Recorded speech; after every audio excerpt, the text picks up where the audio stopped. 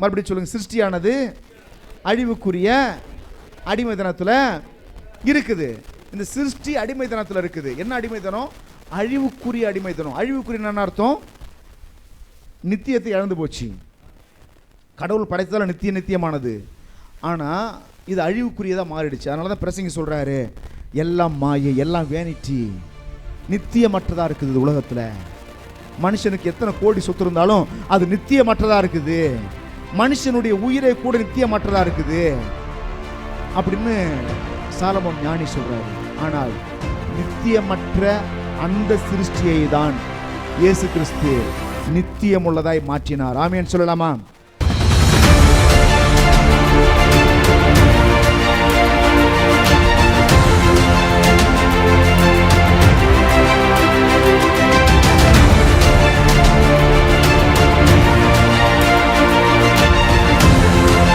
வேனிட்டியிலிருந்து இயேசு கிறிஸ்துவின் சரீரம் எட்டர்னிட்டிக்கு போயிடுச்சு. வேனிட்டின்னு சொன்னாக்க அழிவுக்குரியது, மாயை, இருக்கிறது போல இருக்காது, நிலையில்லாதது, நித்தியமற்றது. ஆனா இயேசுவின் சரீரம் நித்தியமுள்ளதா மாறிடுச்சு. ஆமென் சொல்லலாமா?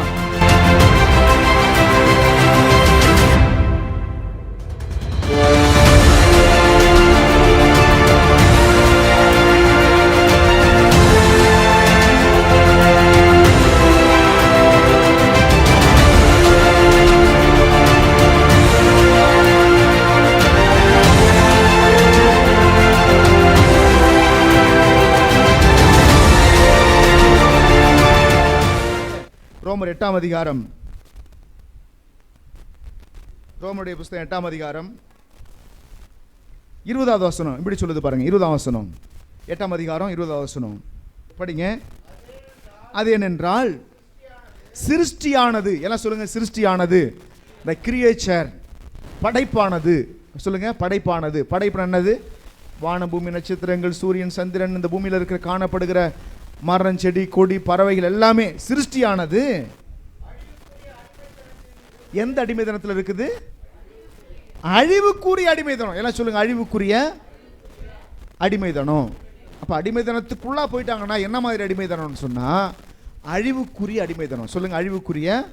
அதாவது இந்த படைப்புகள் எல்லாம் நித்தியமற்ற ஒரு நிலைமைக்கு போயிடுச்சு. நித்தியமற்ற நிலைமைன்னு சொன்னாக்க இது நிலைச்சிருக்காது, இது முடிஞ்சிடும், நிலையில்லாதது, இந்த உலகம் நிலையில்லாதது, அந்த அழிவுக்கு அது போயிடுச்சு. அது அழிவுக்குரிய அடிமைத்தனம். சொல்லுங்க, அழிவுக்குரிய. சிருஷ்டியானது அழிவுக்குரிய அடிமைத்தனத்துக்குள்ள இருக்கிறது. மறுபடியும் சொல்லுங்க. சிருஷ்டியானது அழிவுக்குரிய அடிமைத்தனத்தில் இருக்குது. இந்த சிருஷ்டி அடிமைத்தனத்தில் இருக்குது. என்ன அடிமைத்தனம்? அழிவுக்குரிய அடிமைத்தனம். அழிவுக்குரிய என்ன அர்த்தம்? நித்தியத்தை இழந்து போச்சு. கடவுள் படைத்ததால் நித்தியமானது, ஆனால் இது அழிவுக்குரியதாக மாறிடுச்சு. அதனால தான் பிரசங்கி சொல்கிறாரு, எல்லாம் மாயை, எல்லாம் வேனிட்டி, நித்தியமற்றதாக இருக்குது உலகத்தில். மனுஷனுக்கு எத்தனை கோடி சொத்து இருந்தாலும் அது நித்தியமற்றதாக இருக்குது. மனுஷனுடைய உயிரை கூட நித்தியமற்றதாக இருக்குது அப்படின்னு சாலமோன் ஞானி சொல்கிறாரு. ஆனால் நித்தியமற்ற அந்த சிருஷ்டியை தான் இயேசு கிறிஸ்து நித்தியமுள்ளதாய் மாற்றினார். ஆமென் சொல்லலாமா? மரித்து 3வது நாள் உயிரோடு கூட எழுந்தார். இப்போ அவர் சரீரத்துக்கு அழிவு உண்டா? அவர் சரீரத்துக்கு அழிவே கிடையாது. மனிதர்கள் நினைக்கிறாங்க இந்த உலகத்தில் மனுஷன் இறந்துட்டாக்க அவ்வளவுதான், வாழ்க்கை முடியுதுன்னு நினைக்கிறாங்க. ஆனால் இயேசு கிறிஸ்துவுக்கு வாழ்க்கை அதோட முடியல. 3வது நாள் உயிரோடு கூட எழுந்து பாருங்க, அழிவற்ற ஒரு சரீரத்தை உடையவராக மாறினாரு. அழிக்க முடியாத சரீரத்தை உடையவராக மாறினாரு. அவருடைய சரீரம் நித்தியம் உள்ளதாக மாறிடுச்சு. எத்தனை பேருக்கு புரியுது நான் சொல்ற விஷயம்? வேனிட்டியிலிருந்து இயேசு கிறிஸ்துவின் சரீரம் எட்டர்னிட்டிக்கு போயிடுச்சு. வேனிட்டின்னு சொன்னாக்க அழிவுக்குரியது, மாயை, இருக்கிறது போல இருக்காது, நிலையில்லாதது, நித்தியமற்றது. ஆனா இயேசுவின் சரீரம் நித்தியமுள்ளதா மாறிடுச்சு. ஆமென் சொல்லலாமா? சரி, அவர் எப்படி ஜெயிச்சார் அப்படின்னா, இந்த உலகத்தில் எப்படி ஆட்சி புரிந்தாரு? அதுதான் கடந்த வாரம் சொன்னேன். எப்படி ஆட்சி புரிந்தாருன்னா, எப்படி கடலை அதட்டினாரு, எப்படி கடலை அடக்கி அமைதல் உண்டாக செய்தார், எப்படி காற்றை அடக்கினாரு, எப்படி மரித்தோரை உயிரோடு எழுப்பினாரு, எப்படி இயற்கை மேலே எப்படி அதிகாரத்தை செலுத்தினார்னா, எந்த அதிகாரத்தைன்னா ஆதாம் இழந்து போன அதிகாரத்தை இயேசு கிறிஸ்து எடுத்து அதை செலுத்தினார். சரி, மரணத்துக்கு பிறகு என்ன அதிகாரத்தை செலுத்துறாருன்னா, மரணத்துக்கு பிறகு இயேசு கிறிஸ்து மரித்து 3ஆம் நாள் உயிரோடு எழுந்த பிறகு என்ன அதிகாரம் கொடுக்கப்பட்டிருக்குதுன்னா பாருங்க, என்ன அதிகாரம் கொடுக்கப்பட்டுச்சுன்னா, இந்த வானோர் பூதலத்தோர் பூமியினுடைய கீழானோர், இந்த வானோர்னா தேவதூதர் மண்டலம், இந்த ஸ்பிரிச்சுவல் வேர்ல்டில் இருக்கக்கூடிய தேவதூதருடைய மண்டலம். வானோர் பூதலத்தோர் பூமியில் இருக்கக்கூடிய மனிதர்கள், பூமிக்கு கீழானோர் பாதாளத்தில் இருக்கக்கூடிய மனிதர்கள். இந்த எல்லா நாமத்திற்கும் மேலான நாமத்தை உடையவராய் இயேசு கிறிஸ்து உயர்த்தப்பட்டார். கைகளை தட்டி கர்த்தரை ஸ்தோத்திரம் பண்ணு. ஹல்லேலூயா. முதல்ல கர்த்தர் மனுஷன் எப்படி படைச்சார்னா, படைப்புகளுக்கு மேல அதிகாரத்தை கர்த்தர் கொடுத்திருந்தார். அவன் இழந்து போனான். சாத்தான் அவனை ஆள ஆரம்பிச்சான், மரண பயத்தை கொடுத்தான். மரண பயத்தினால இந்த உலகமே எட்டர்னிட்டியை இழந்து போயிட்டு வேனிட்டிக்குள்ள போயிடுச்சு. நித்தியத்தை இழந்து பாருங்க, நிலையில்லாத நித்தியமற்ற ஒரு நிலைமைக்கு, அழிவுக்குரிய நிலைமைக்கு இந்த சிருஷ்டியானது போயிடுச்சு.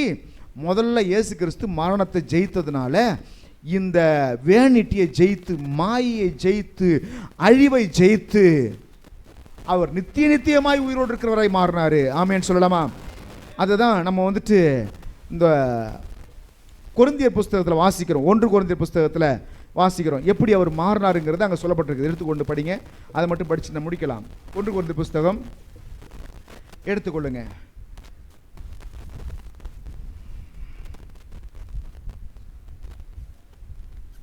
பாருங்க, 54வது வசனத்தை படிங்க, 53வது வசனத்தை படிங்க.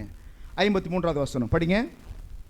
15, 53. 1 கொரிந்தியர் 15 அதிகாரம் 53வது வசனம் படிங்க.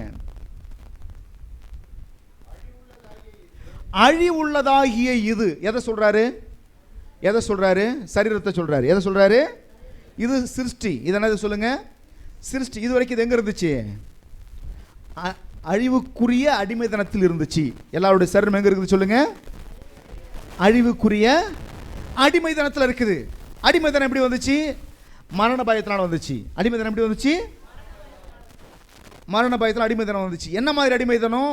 அழிவுக்குரிய அடிமைத்தனம். அதாவது நித்தியம் அல்ல, நித்தியமற்றது, மனுஷனுடைய சரீரம் அழிந்து போகக்கூடியது அப்படின்ற அடிமைத்தனத்தில் இருக்குது. இப்போ பவுல் என்ன சொல்றாரு அப்படின்னா, அழிவுக்கு உரியதாகிய இந்த சரீரம், எல்லாம் சொல்லுங்க, அழிவுக்குரியதாகிய இந்த சரீரம்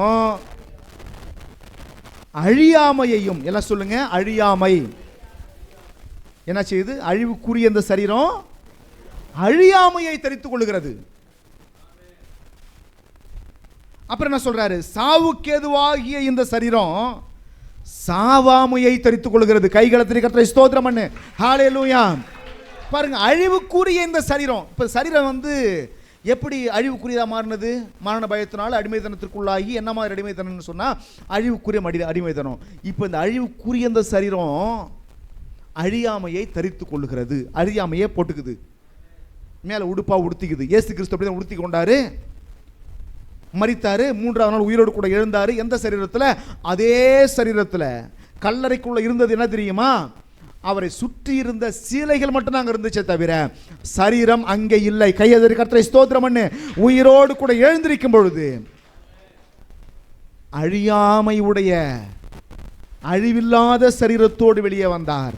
நிறைய பேர் நினைக்கிறாங்க இயேசு கிறிஸ்து உயிரோடு கூட எழுந்தது எப்படின்னா ஆவியில் எழுந்து வந்தாரு, சரீரம் அங்கதான் இருந்துச்சுன்னு நினைக்கிறாங்க. இல்ல, சரீரமும் உயிரோடு கூட எழுந்துச்சு. சரீரம் உயிரோடு கூட என்ன மாதிரி உயிரோடு, என்ன மாதிரி சரீரமா இருந்துச்சுன்னா அழிவில்லாத சரீரமாய் எழுந்துச்சு. அழிவில்லாத சரீரமாய் எழுந்துச்சு. பாருங்க, அவர் சொல்றாரு, சாவுக்குரியதாகி இது சாவாமையையும் தரித்துக் கொள்ள வேண்டும். அழிவுக்குரியதாகி இது அழியாமையையும், சாவுக்குரியதாகி இது சாவாமையையும் தரித்துக் கொள்ளும் போது மரணம் ஜெயமாய் விழுங்கப்பட்டது. கைகளை தட்டி சொல்லலாமா? மரணம் ஜெயமாய் விழுங்கப்பட்டது. எல்லாம் சொல்லுங்க, மரணம் ஜெயமாய்